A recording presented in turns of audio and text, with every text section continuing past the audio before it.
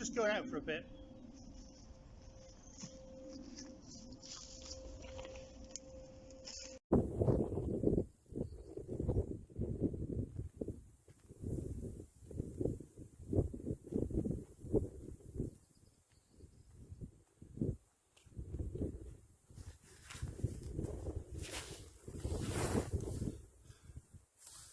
Good afternoon, welcome to Just Going Out. Today we are in the Marborough Downs, Fyfield. I'm going to visit a Neolithic monument, Long Barrow, which is no longer such a long barrow, but there's a good tale to tell with this as well. And I'm going to have a sleep mat with a slight catch about it all, because although it's stealth camping, it's not stealth camping. So there we go. Right, so oh yeah, you see me in the ACU camouflage. There's a reason for that as well, so stay with me, and hope you enjoy the evening and the morning with me, and we'll see how we get on, eh? Thanks for coming. See you in a bit. Near Fyfield, near the Devil's Den. As you can sort of see around, the corn nearly to be harvested, and all the nettles, all the grasses are the height of their height, so to say. So if you look on YouTube normally, when it comes to the Devil's Den, which is over there, it's all been cut down, and the recce I did a few days ago, it's very long grass, so it's quite different from what you're going to see normally, and to a degree what Neolithic man would have seen, because they wouldn't have had the crops cut so low. So it's going to be interesting. So nearly there.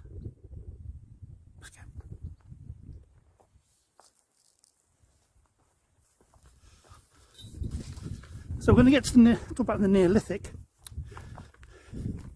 That's between 6,000 to 3,000 years ago. Essentially sort of Stone Age. So that's what we can sort of call it. So what were these people doing?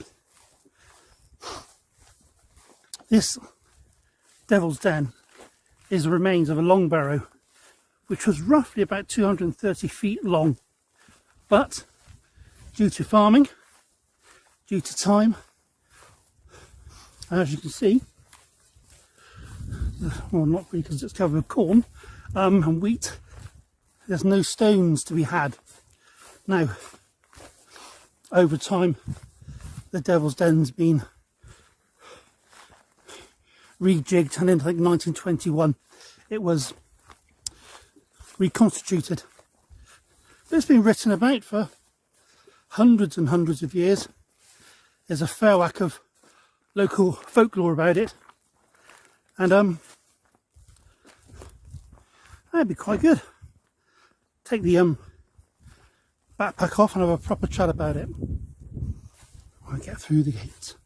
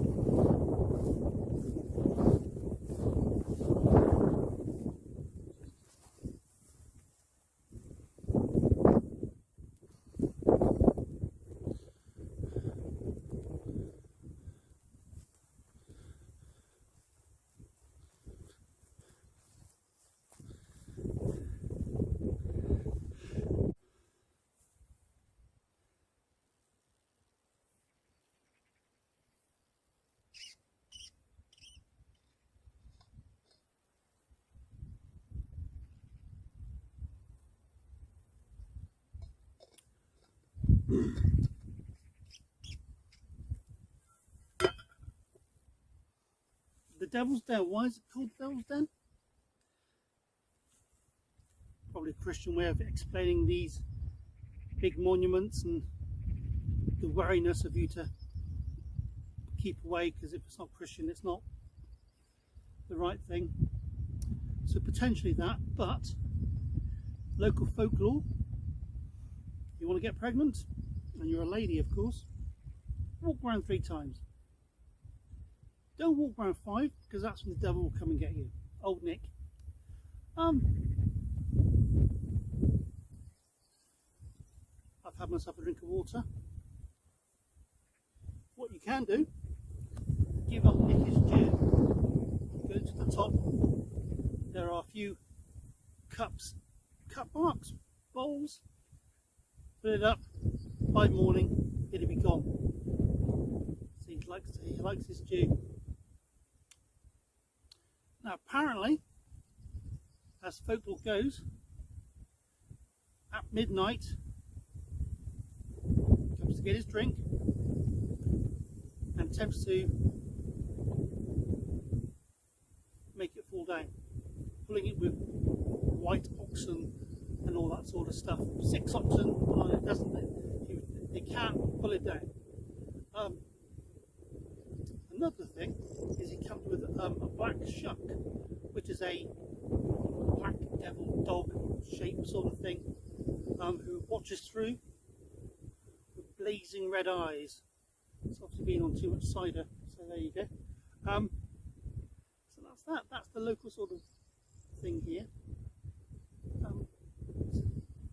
It would have stretched of 230 metres along there. That's a big old long barrow once upon a time, and they've estimated that's about 70 tons stone above me.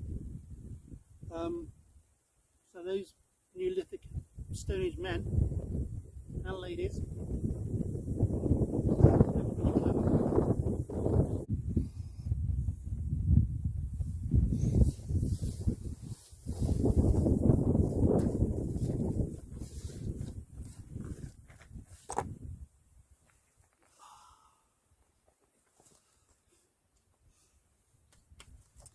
These things are called sarsens, and along Fyfield they're called grey wethers. And why they're called grey wethers is because from a distance they look like sheep grazing quite contentedly on the grasslands here, and it will stretch for about 3-4 miles, perhaps a little bit less. Now, why they're here is because of the Ice Age. They're called erratics in the Ice Age, and when the glaciers were losing their power and melting very quickly, these things were dropped all over in valleys and everything else, and you'll see them all around the country in different areas. So that's that. Now, this is also a little bit famous because of what the shepherd saw, which is a Thomas Hardy short story written around about Christmas time, and it revolves around the potential meeting of lovers and what a young shepherd on a night shift at midnight saw a darndest thing. He's there on duty watching his flock at night, or perhaps not, because they might be rocks. And he sees a young man come from the distance and wait at the area of the Devil's Den. And what also happens, he waits a while, and along comes the young lady. They get to chatting, but she's very chaste and very honest, and it turns out that the young man is an old friend. She's just a young, happy, married duchess. Now, they arrange to meet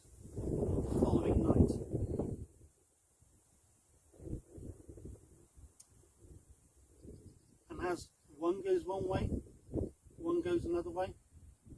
This young shepherd boy looks up and sees another man. He watches, waits, goes off on his horse. But the shepherd knows that that's the Duke of the local area. The manor house is literally just over there. The following night, shepherd boy on duty all over again.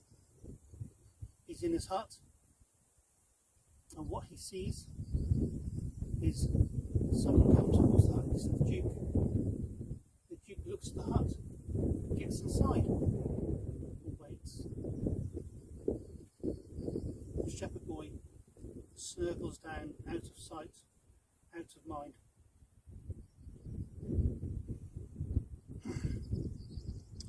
Then the young man turns up,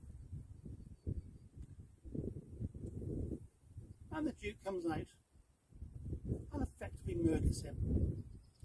And as he walks by, he sees the shepherd boy in the shepherd hut. He knows what he's seen.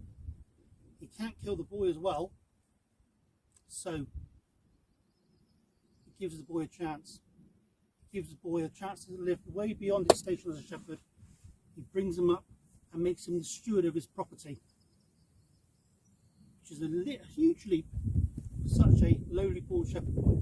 Now, this weighs heavily on the shepherd boy, as the shepherd boy becomes the man, and he never comes back to this again, because he knows there's a ghastly thing happened, and around here there's the body of the young man.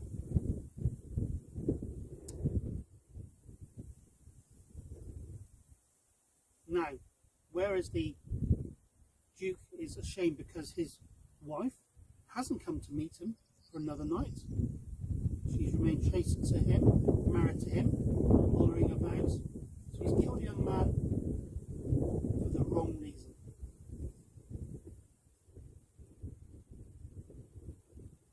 It's also sent him mad. He doesn't confess his sins. And what happens one day? The steward confronts the Duke, tells him he's had enough, he's leaving, he's no longer staying around here anymore. He takes a walk for the final time up to here, and what he sees is, in the distance, a very decrepit old Duke comes stumbling up here. Perhaps in the distance, maybe by the hedge line over there, an old badger sets, and he sees the Duke without his knowledge, scrabbling in the ground. To no avail, no body, no bones, nothing. The body's gone. The Duke goes away. The young man, seeing this, seeing no body, no remains, goes back. In the morning, the Duke's dead, and the weight is off the young man, the steward's shoulders, and he leaves. He goes to set up a new life in a new land. So there is the air of death here on midnight. So, saying that, I'm going to go up top, put a little bit of water for old Nick, and carry on.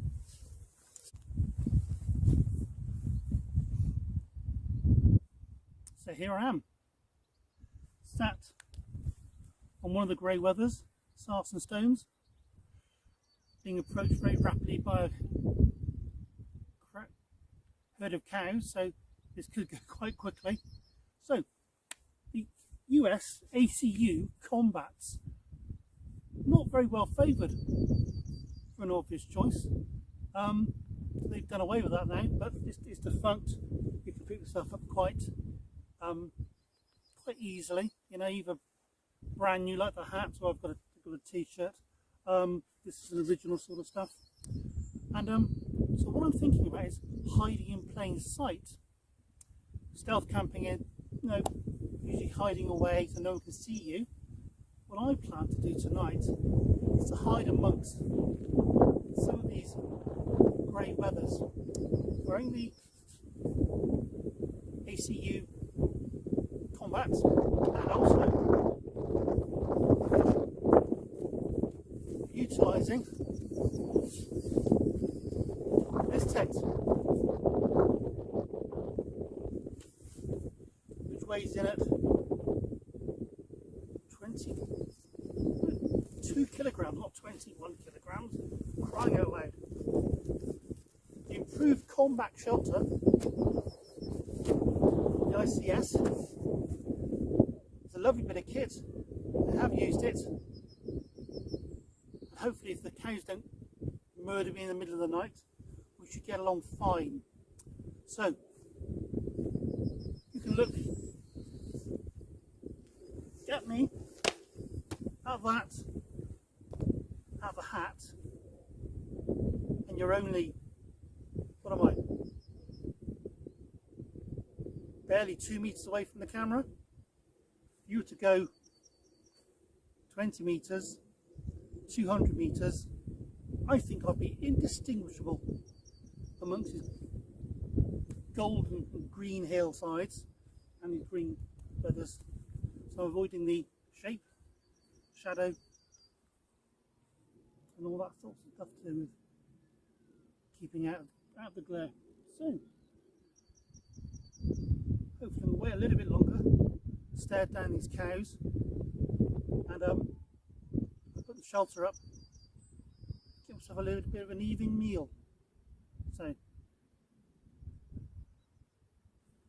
fingers crossed, eh? They are very big.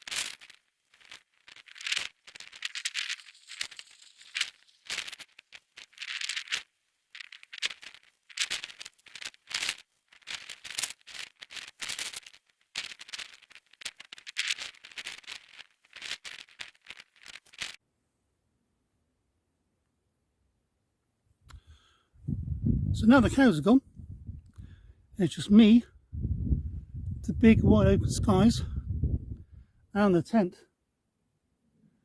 Now I don't think that's too bad.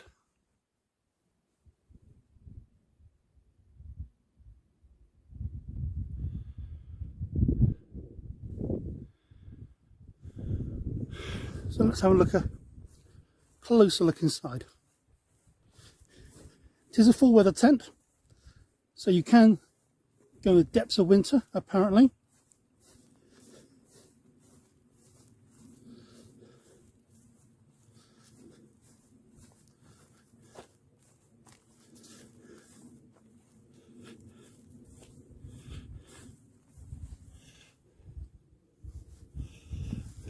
Ooh.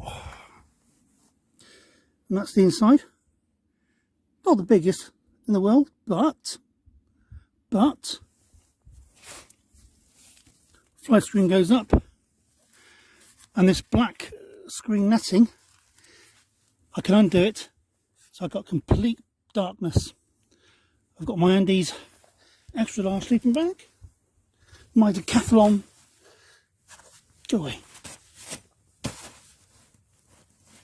sleep mat, and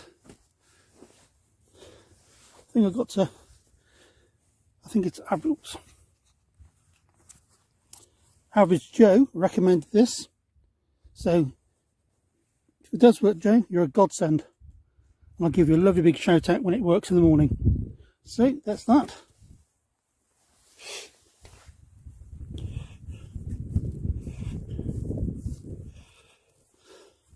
Oh, it's got a vestibule at the back, which has got zip opening at the side as well, so you can get the free flow of thing, and I can just pull the zip down. All done, all good, all good.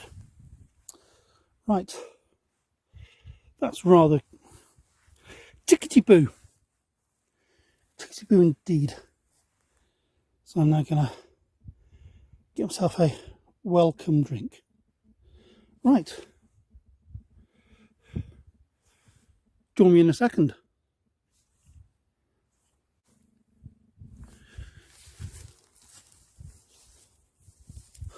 Right. Cook set.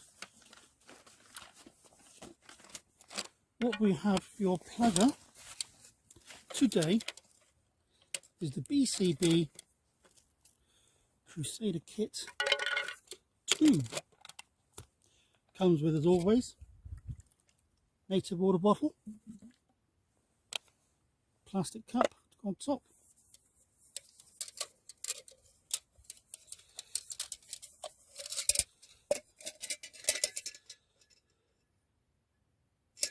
.1 litre metal mug with markings on there.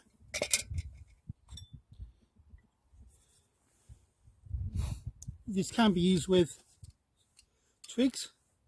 You can put bare methylated spirits in the receptacle. You can use the receptacle for your hexagon stoves box if you want, or you can, it says you can try and get this off now.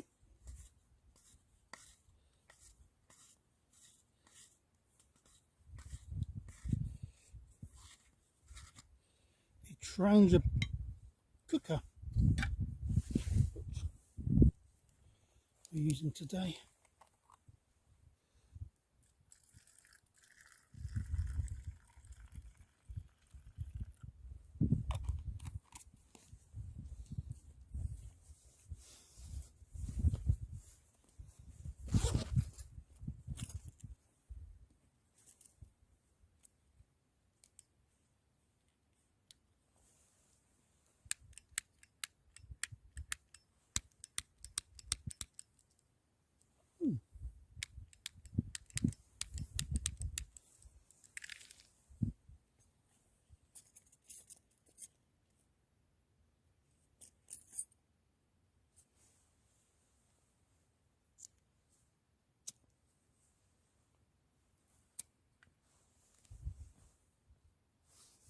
And that's lit.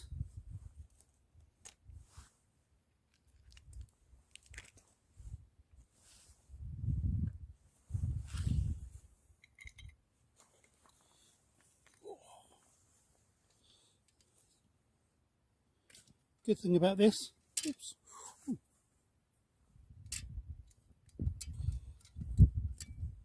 we got it down like that.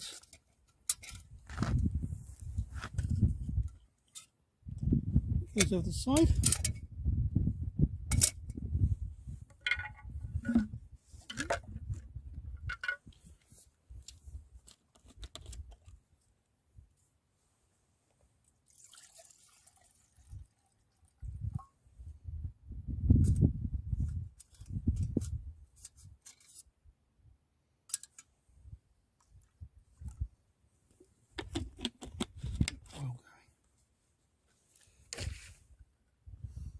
Got a BCB mug, top. These things, to be fair, get a bad press, and quite right so, because they tend to melt on me. So, got to be a little bit careful. You can get these made. So that's it. I'm just gonna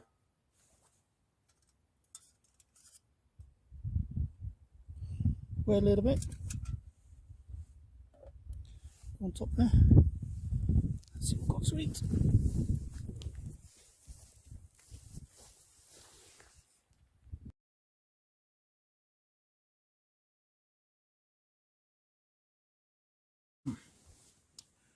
Well, that's me for the night. Very, very quiet night. Lovely bit of food. coffee just to get myself off to the land of Z. Perhaps a little bit of radio for I'm feeling really rock and roll. And yeah, we'll see how it is in the morning.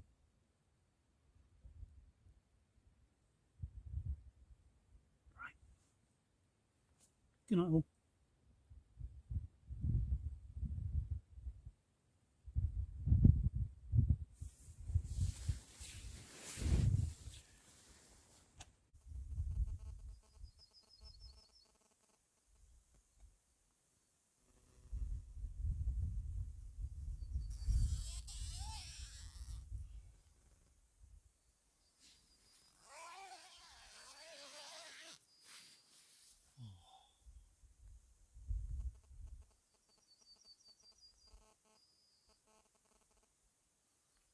Morning.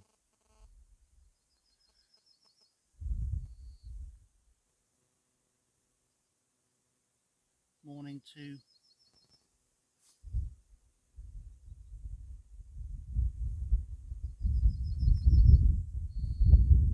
possibly the sound of rain on the canopy. It's quite nice.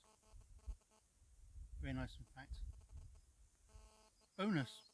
Wasn't murdered by old Nick, just over there. Bonus number 2, not trampled to death by the cows and the bull in the field.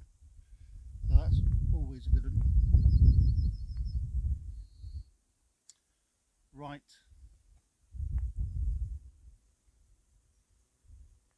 With these fields, I reckon the farmer will be up early. Not going to be seen too long, so time to exit camp. But obviously the first thing, got to have my drug of choice. It is decaffeinated, but coffee, right?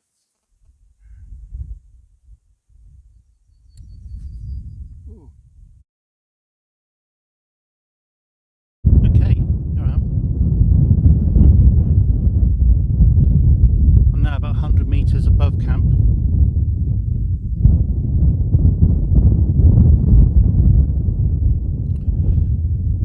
There I am, hiding in plain sight. The Devil's Den, is there.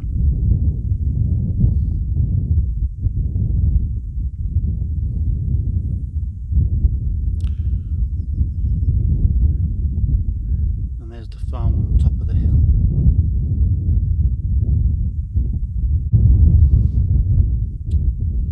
Right, final thoughts just before I pack up and go. Good night. A good night. Slept well, so I've had my 6 hours of sleep, so all very good on that sort of score. Let's talk about the Improved Combat Shelter in ACU Stone Pattern. A rousing success, I think. A success. I have camped in it before, so if there's any questions you've got about things, it does come with good guidelines to make the outer fly sheet a bit more taut. But yeah, we had a bit of rain last night. Yeah, and it just comes off. I think I paid about £150 for it a fair few years ago, so you're going to have to sort of track it down in the States if you do want it and get it shipped over. But great bits of kit, great pieces of kit, so that will come out with me again.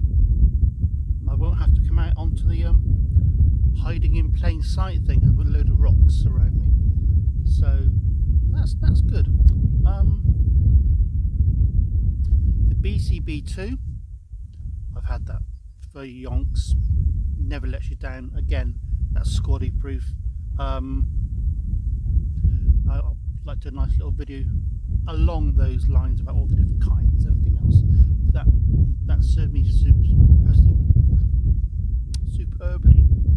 What did I have in my porridge this morning?